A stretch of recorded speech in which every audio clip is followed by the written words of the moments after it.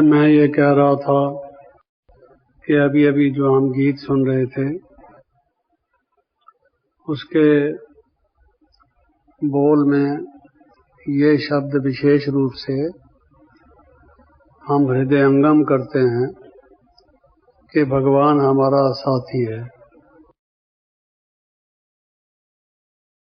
भगवान ने जो हमारा साथी बना वो कब कब कैसे साथ दिया, ये अनुभव है।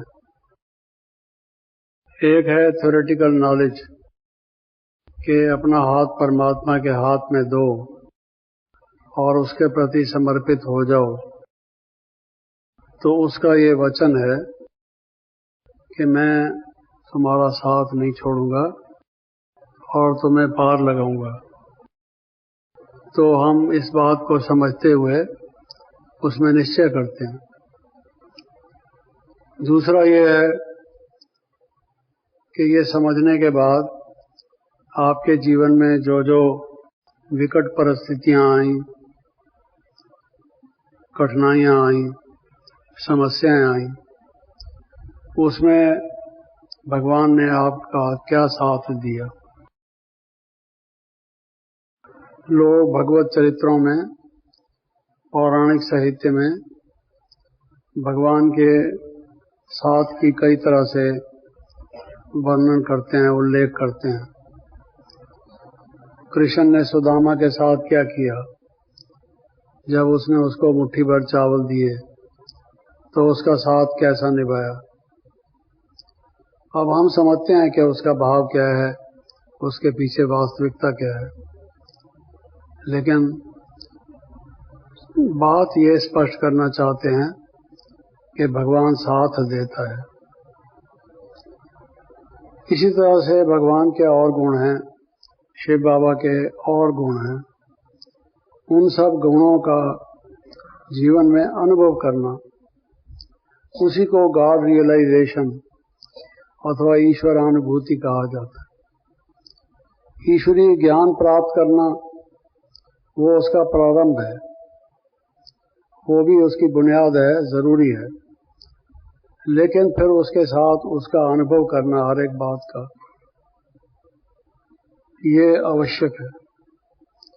उससे ही उसका पूर्ण बोध होता है, पूरा ज्ञान हमें होता है, उसको हम रियलाइज करते हैं। तो आज के प्रसंग में जब हम इकट्ठे हुए हैं, क्योंकि ऐसे तो मैं यहाँ कई दफा आया हूँ, बहन भाइयों से मिला हूँ, लेकिन आप आज जिस विचार से एकत्रित हुए हैं, शायद मेरे स्वास्थ्य के कनेक्शन में, तो हर एक बात का कोई बैकग्राउंड होता है। उस बैकग्राउंड को सामने रखते हुए ये जो थोड़ी सी मामूली परीक्षाएं सामने आई, उसमें भगवान ने क्या साथ दिया, ये अनुभव बहुत विशेष हुए। किसी ने कहा है व्हाट इज नॉलेज, एक ने कहा नॉलेज इज लाइट, दूसरे ने कहा नॉलेज इज माइट, तीसरे ने कहा नॉलेज इज वर्चू, चौथे ने कहा नॉलेज इज पावर। अलग अलग व्याख्याएं उसकी लोगों ने की, लेकिन एक ने यह कहा knowledge is problem solving. Knowledge जो है वो समस्याओं का हल करती है। मनुष्य आविष्कार करते हैं, शोध कार्य, रिसर्च करते हैं, उनके सामने कोई समस्या उपस्थित होती है, उसको हल करने के लिए वो अपना दिमाग लगाते हैं, कोई इन्वेंशन करते हैं प्रॉब्लम को सॉल्व करने के लिए। ये जितनी मेडिकल साइंस है, ये क्या है, शरीर से संबंधित जो समस्याएं उपस्थित होती हैं उनका हल करना। इकोनॉमिक्स है, वो क्या है, शरीर जो संसार में या देश में आर्थिक और बातें हैं, आर्थिक पहलू है उसका, उन समस्याओं को हल करना, वो इकोनॉमिक्स है। इस तरह से नॉलेज इज प्रॉब्लम सॉल्विंग, ये भी कहा गया। अब परमात्मा जो ज्ञान के सागर हैं, जब नॉलेज प्रॉब्लम सॉल्विंग है तो वो भी प्रॉब्लम सॉल्व करते होंगे, वरना नॉलेज का क्या फायदा है। किताबें लिखी रहें, लाइब्रेरी भरी रहें, इंसान उसको पढ़ते रहें और समस्याएं बनी रहें, उस नॉलेज का क्या फायदा। नॉलेज वो यूजफुल जो हो, उसकी जो यूटिलिटी हो, उससे हमारी कुछ समस्याओं का समाधान हो। उनको लेकर नई नई ब्रांचेज ऑफ नॉलेज निकली। एनवायरमेंटल साइंस पहले ये नहीं थी। जब एनवायरमेंटल पॉल्यूशन हो गई, पर्यावरण प्रदूषण हुआ, तो ये अपने में विकसित करके एक विज्ञान की अलग शाखा बन गई। साइकोलॉजी, एथिक्स, ये पहले फिलॉसफी का भाग थे, बाद में ये अलग हो गए, क्योंकि एथिकल प्रॉब्लम फिलॉसफी के प्रॉब्लम से भी ज्यादा हो गए। लोगों में नैतिक पतन होने लगा, तो इसको कैसे ठीक किया जाए, उसकी तरफ लोगों का विशेष ध्यान गया। फिर मनुष्यों के जो मानसिक प्रॉब्लम थे, कठिनाइयां थी, वो फिलॉसफी से अलग कर दी गई।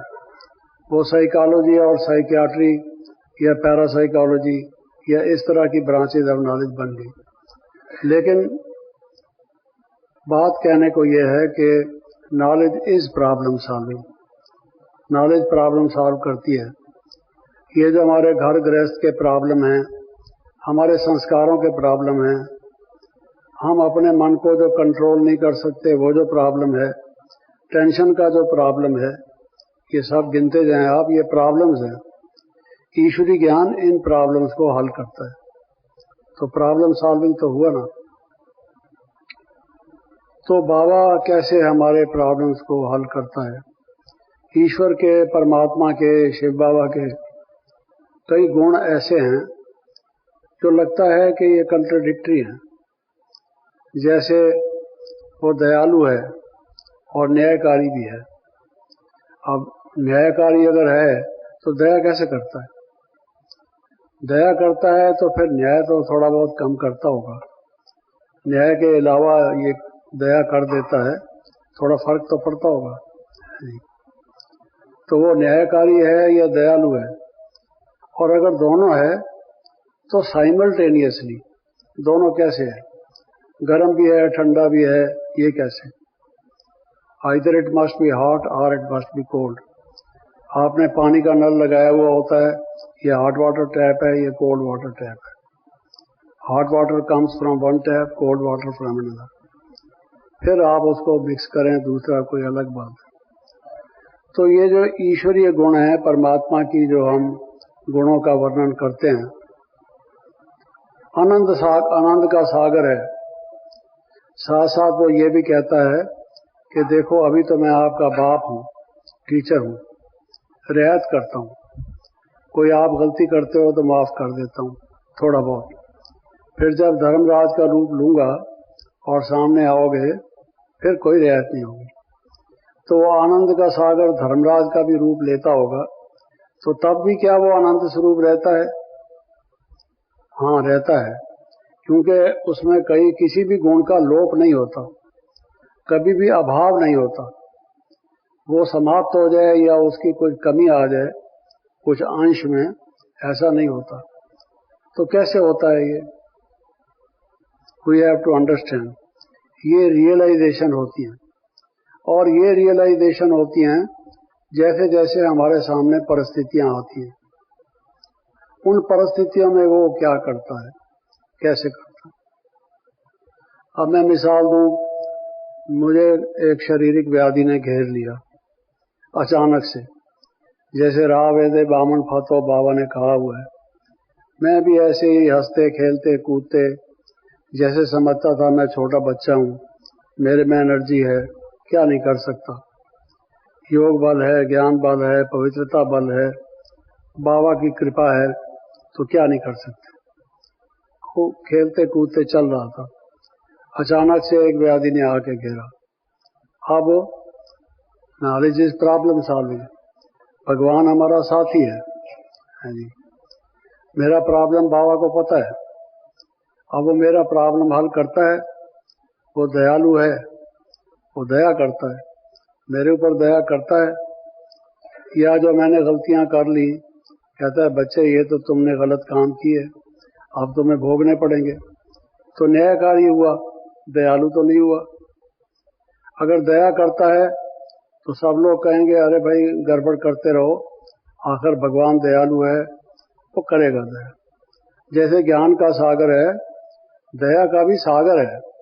ऐसा नहीं दया की छोटी नदी है, बाकी सब बातों में सागर है, तो दया उसके पास थोड़ी सी है। वो गंगा जली होती है ना, गंगा जली, दया उसमें उतनी ही है, ऐसा नहीं, वो उसका भी सागर है। तो कैसे वो उन परिस्थितियों में साथी का जो कर्तव्य है वो भी निभाता है। प्रेम का सागर है, प्रेम भी देता है। न्यायकारी है, न्याय भी करता है। ज्ञान का सागर है, मुझे क्या तकलीफ है जानता है, उसका क्या इलाज है वो भी वो जानता है। ये अनुभव की बात है। वो आयुर्वेद भी जानता है, एलोपैथी भी जानता है, एक्यूपंक्चर भी जानता है, एक्यूप्रेशर भी जानता है। वो हर एक रोग का निदान जानता है। वो जानते हुए मैं उसका बच्चा हूँ, मीठे बच्चे रोज कहता है। अब मीठे बच्चे का कुछ करो, आपके साथ है, आपका बना हूं तो फिर आप कुछ करो उसका। तो वो कैसे कर दे, आप ये सोचिए। ये सब वो अपने कर्तव्य कैसे निभाता है। 1 मिनट के लिए आप सोचिए, अगर वो मुझे बता दे कि ये तकलीफ है आपको और जाओ इसकी ये गोली खा लो, 10 दिन तक खाओ, तुम ठीक हो जाओगे। खूब तुम मेरी सर्विस करते हो, मुझे बहुत प्रिय हो, हाँ जी, इसलिए मैं तुम्हें ये करता हूँ, ओके। तो जो डॉक्टर्स का धंधा है वो तो बंद हो जाएगा। अगर इस तरह से डॉक्टर सब करते रहें, गुप्ता जी हमारे सामने बैठे हैं, ये हार्ट का जो कार्य कर रहे हैं, क्या जरूरत है, भगवान ही बता देगा। वो तो दृष्टि डालेगा तो जो ब्लॉकेजेस हैं सारे छूट जाएंगे, खत्म हो जाएंगे।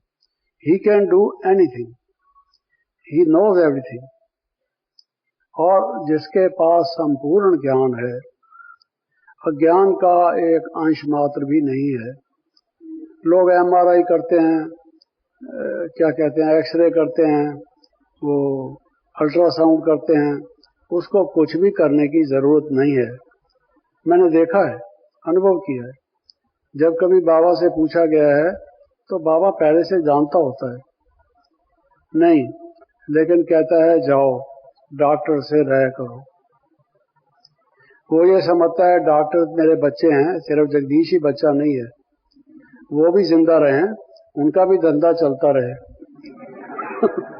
अभी कल युग में अगर उनका धंधा छीन ले तो लोग तो भगवान को गाली, डॉक्टर लोग तो गाली देंगे, कहेंगे ये कौन सा भगवान है, हमने मेडिकल कॉलेज में इतने साल पढ़ा, एडमिशन मुश्किल से ली, कंपटीशंस किए, और ये तो हमारे पेट में लात मार रहा है, हमारी रोटी छीन रहा है जी? नहीं। फिर डॉक्टर जो है कहेगा केमिस्ट ये दवाई लो, केमिस्ट का धंधा भी चलता रहे, वो भी ऐसा नहीं उसका बंद हो जाए, वो भी चलता रहे, हॉस्पिटल भी चलते रहे। तो न्याय भी करता है, दया भी करता है।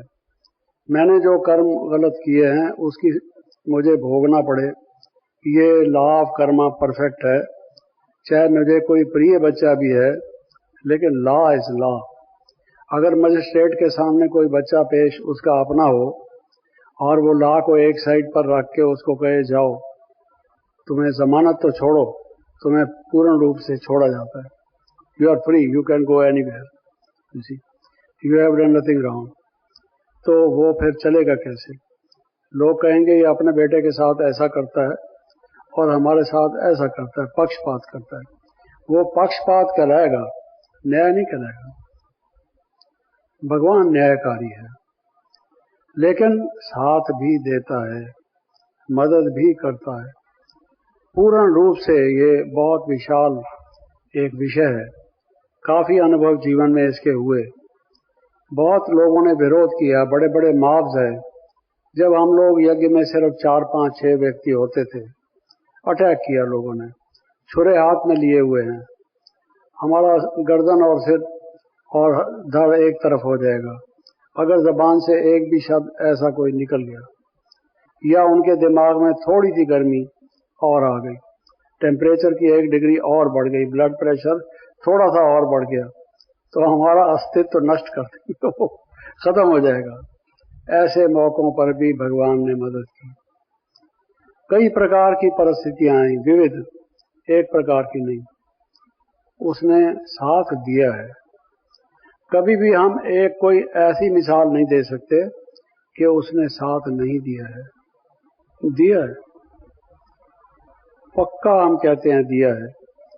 तो अगर शरीर की कोई तकलीफ हुई भी सही, उसमें कुछ उसके अनुभव हुए, उसके साथ का अनुभव हुआ कि कैसे साथ है हमारे और हमारा हाथ उसके हाथ में है, तो फिर आपको क्या लगेगा? आप कहेंगे ये तो फायदा ही फायदा है, इसमें हमको तो कुछ प्राप्ति हो रही है। तो ऐसा ही अनुभव हमको होता रहा। कुछ शारीरिक तकलीफ हुई भी सही, तो बाबा ने मदद भी की, डॉक्टर्स को टच किया या हमें बताया क्या करो क्या ना करो। एक डॉक्टर एक बात कहता है, दूसरा दूसरी कहता है, तीसरा तीसरी कहता है। उनमें आपस में एकता नहीं है, विचार उनका मिलता नहीं है। बाबा कहता है नहीं तुम ये करो, लेकिन पहले डॉक्टर्स के पास भेजता है। पहले ही कह दो क्या जरूरत है 3 डॉक्टर 4 डॉक्टर 6 डॉक्टर के पास हम जाएं? नहीं, कर्मों की गति वो जानता है और किस आत्मा का क्या पार्ट है, क्या लेन देन है, कैसे चुकता होना है। जब उसने हमारी जिम्मेवारी ले ली है कि तुम्हारे बंधनों से छुड़ाऊंगा तुम्हें, तो कैसे छुड़ा रहा है ये उसकी रीति नीति है, ये वो जानता है। हम सारी बातें नहीं जानते। कर्मों की गति बड़ी गहन है और वही उसका ज्ञाता है, वो करता रहता है। तो उसके साथ साथ हमने देखा, हम कई बातों में पड़े हुए, आज ये कॉन्फ्रेंस है, कल ये सेमिनार है, परसों मीटिंग है और आज ये है वो है। जैसे संसार के लोग अपने बिजनेस में, कार्य व्यवहार में बिजी हैं, हम लोग उनसे अलग किस्म के सेवा कार्यों में व्यस्त ही व्यस्त हैं। ठीक है, वो शिव बाबा का काम है, हम निमित्त बनकर करते हैं, हमारा कोई अपना धंधा नहीं है। बाबा की सेवा में हम उपस्थित हैं, बहुत फर्क है। लेकिन फिर भी जो हमारी योग की स्टेज होनी चाहिए, जो अनुभव हमारे होने चाहिए, हमारी आध्यात्मिकता का जो विकास होना चाहिए, वो कई दफा रुक जाता है, होता नहीं। बाप दादा आते हैं, हमें सावधान करते हैं, बताते हैं, हम उस बात को समझते हैं, लेकिन उसके बाद फिर वही जिसको बाबा ने अलबेलापन कहा है, अलबेले होकर चलते हैं। उसके लिए समय नहीं देते, ध्यान नहीं देते। एकाग्रता पर बाबा ने कितना कहा है, निरंतर याद पर बाबा ने कितना कहा है, 8 घंटे लगाओ। अच्छा 8 घंटे नहीं, 4 घंटे लगाओ। बच्चे अगर ये भी दिक्कत महसूस होती है, हर घंटे में कुछ टाइम निकालो, इस तरह से करो। सहज बना के बाबा ने कई तरीके से बताया है। हम हैं कि उसके काबू में आते नहीं, हम उसको करते नहीं। तो मैं भी ऐसे ही चल रहा था कुछ समय से, 6, 7, 8 वर्ष से अपने वरिष्ठ बहनों को और सबको कहने लगा था कि मुझे अब थोड़ा सा समय अलग चाहिए, क्योंकि कर लिया कार्य आदमी करता है, बहुत समय हर एक चीज का होता है। फिर एक समय ऐसा भी आना चाहिए जो हम तपस्या करें, हम साधना में लग जाएं, बजाय इसके कि ज्यादा भाग दौड़। अब जबकि हमारे इंस्टीट्यूशन में इतने बहन भाई आ गए हैं और कार्य कुशल हैं, हमसे ज्यादा अच्छे हैं, जानते हैं कार्यों को, उनको भी चांस ना मिले, वो ना कर सकें और हम करते रहें, हमें जो अपना करना चाहिए वो भी हम ना कर पाएं। तो मेरा ये कहना हमेशा रहता था कि मुझे आप इस चीज से छोड़ दीजिए, लेकिन छूट नहीं पाता था। सबका आग्रह रहता था, ये फिर कौन करेगा, नहीं नहीं आप तो ये तो करो कम से कम, उसके बाद देखेंगे इत्यादि। इस प्रकार से चलते रहे हम, और बाबा के ध्यान में, बाबा के मन में जो प्लान था होता तो वही है, मैन प्रपोजेस गॉड डिस्पोजेस, करता तो शिव बाबा जैसे हो वैसे ही होगा। तो बाबा ने कहा, आओ बच्चे लेट जाओ चारपाई पर, हॉस्पिटल पर एडमिट हो जाओ। अब देखो टाइम मिलता है कि नहीं है। तो अब नए प्रकार की सर्विस, नए प्रकार की एक्टिविटी, लाइफ की एक नई मोड़ जैसे कि आ गई। तो बाबा ने जो वो समय दिया हमको, या तो लोग आते रहे, हम जो किताब लिखते हैं या भाषण करते हैं वो अपने प्रकार की एक सेवा है। SML कोर्स होता है, पॉजिटिव थिंकिंग होती है, ये सब काफ़ी अब वैरायटी हो गई है लोगों को ज्ञान देने की, वो अपने प्रकार से अच्छी है। लेकिन कई परिस्थितियां होती हैं, डॉक्टर्स आते हैं, नर्सेज आती हैं, कुछ ट्रस्टीज आते हैं, कुछ विशेष लोग आपसे मिलने आते हैं। उस समय लेटे हुए उनको क्या कहूँ।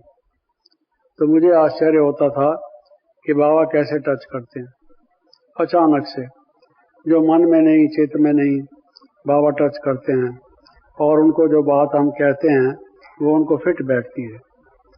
यहाँ तक कि वो रोज आके खुद कहते हैं कि हमें आज के लिए कुछ बताइए, आज का लेसन क्या है। तो ये नई सेवा तो मिली, दृष्टि दो उनको योग युक्त, और उनको कोशिश करो कि ये शरीर से न्यारापन कुछ अनुभव करें, इनकी इस प्रकार की सेवा करो। यही मैं चाहता था कि ये सेवा करूं विशेष रूप से, जिसमें अपनी भी स्थिति बढ़े और दूसरों को भी कुछ प्रैक्टिकल लाभ। वो कहें कि आज जो अनुभव हुआ ये हमारा जीवन सफल हो गया, ये पहले नहीं हुआ था। इतने वर्ष तक हम चलते रहे लेकिन ऐसी अनुभूति नहीं हुई जो आज हुई। ऐसा कुछ करने को मन करता था। कई लोगों ने अपनी वाणी से कहा कि आज जो हमें अनुभव हुआ हमारा जीवन सफल हो गया, पहले हमने कभी ऐसा अनुभव नहीं किया। कई वर्षों से ज्ञान में आते रहे लेकिन ऐसे अनुभव नहीं हुए। कराने वाला तो बाबा है, लेकिन बाबा ने चांस दिया, निमित्त बनाया। तो जब अपनी स्थिति ऐसी होगी तभी ऐसी सेवा कर सकेंगे।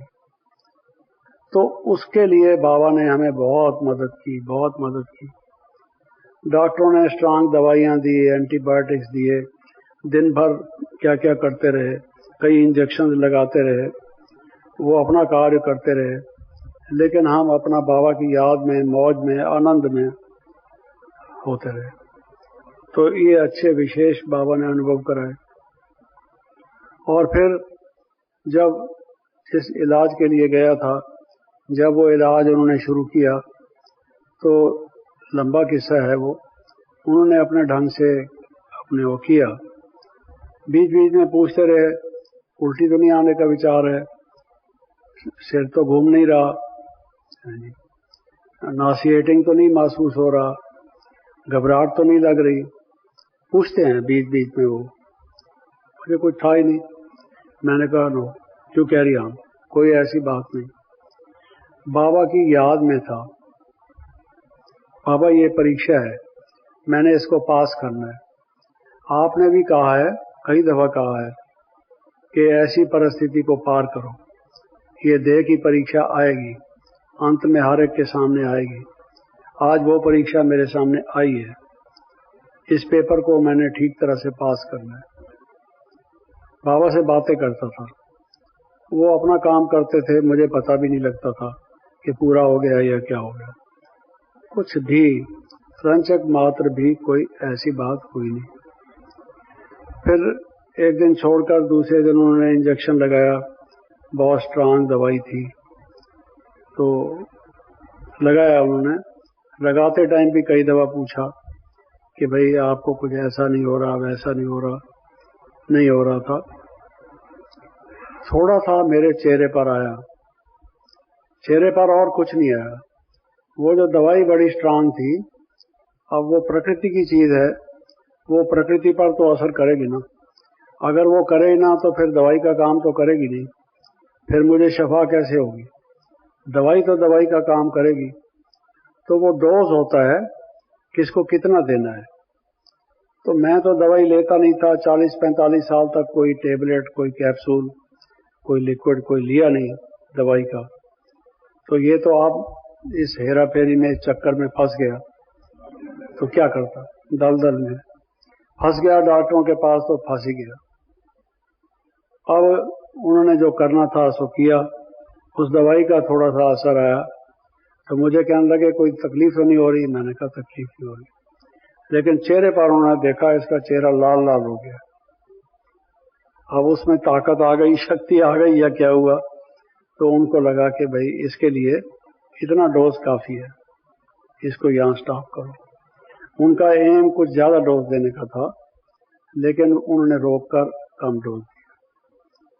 पेशेंट को तो देखा ही जाता है, बच्चा है उसको कुछ और मात्रा में दिया जाता है, कोई युवक, कोई रेसलर है, बहुत वेल बिल्ट है, एकदम स्टेमिना है उसमें, उसको उस तरह से दिया जाता है। मेरी जितनी कैपेसिटी थी उन्होंने कहा भाई यही स्टॉप करो, स्टॉप कर दिया। फिर मुझे ले गए अपने कमरे में, वहां उनको कुछ करना था वो थोड़ा किया उन्होंने। उसके बाद मुझे गहरी नींद आ गई, आधा घंटा, क्योंकि सारी रात मैं सोया नहीं था, एक सेकंड भी सोया नहीं था, अलर्ट था, जैसे जाग रहा हूं, कोई थकावट ही नहीं, कुछ ख्याल नहीं, नींद का विचार ही नहीं। तो मैं बाबा की याद में रहा, अपना आनंद मस्ती में रहा, वो मेरा टाइम ऐसा गुजरा। लेकिन जो रात को बिल्कुल सोया नहीं, अब वो नींद मुझे आई, थोड़ा सोया मैं, आधा एक घंटा सोया हूँगा। उसके बाद जो अनुभव था वो बहुत विशेष अनुभव था, बहुत विशेष अनुभव था।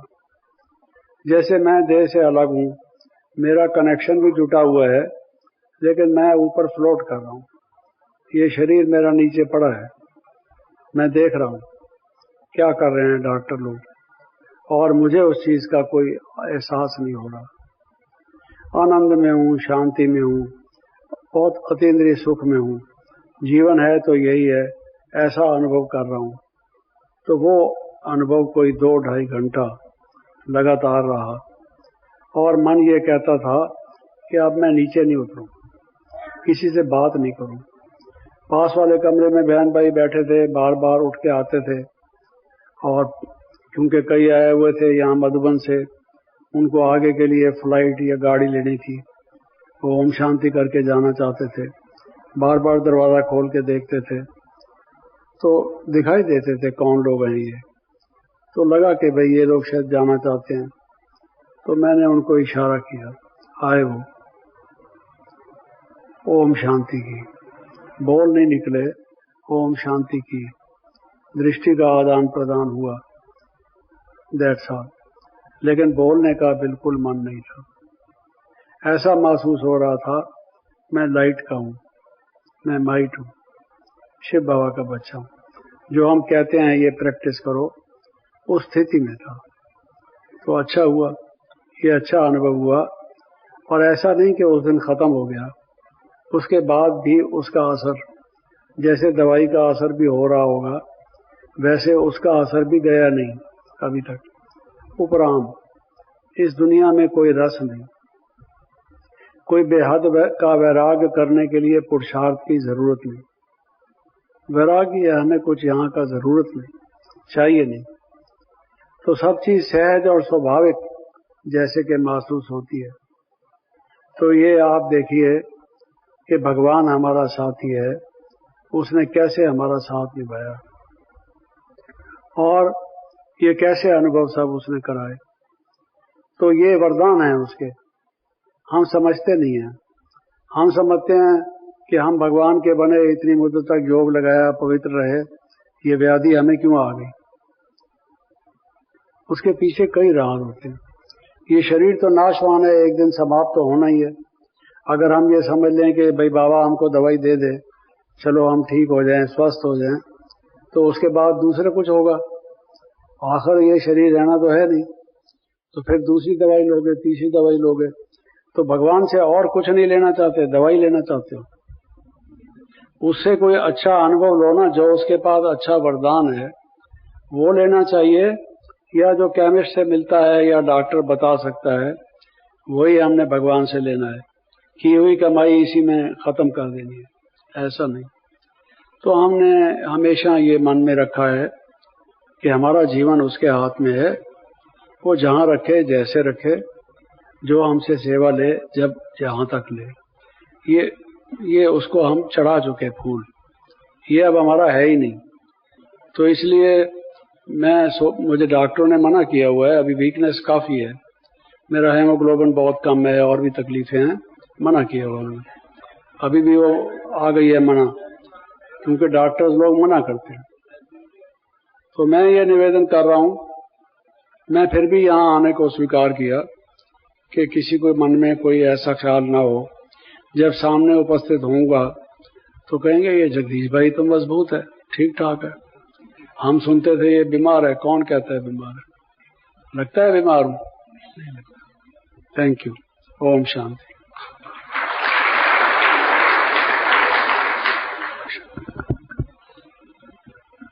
ये बात मैं कहूँगा कि अपना जो दैवी परिवार का स्नेह है, आप सबकी जो दुआएं हैं, शुभ भावनाएं, शुभकामनाएं हैं, वो मुझ तक पहुंचती रहीं और उसने बहुत मदद की, बल दिया। तो उसके लिए बहुत बहुत बहुत बहुत बहुत बहुत थैंक्स। ओम शांति।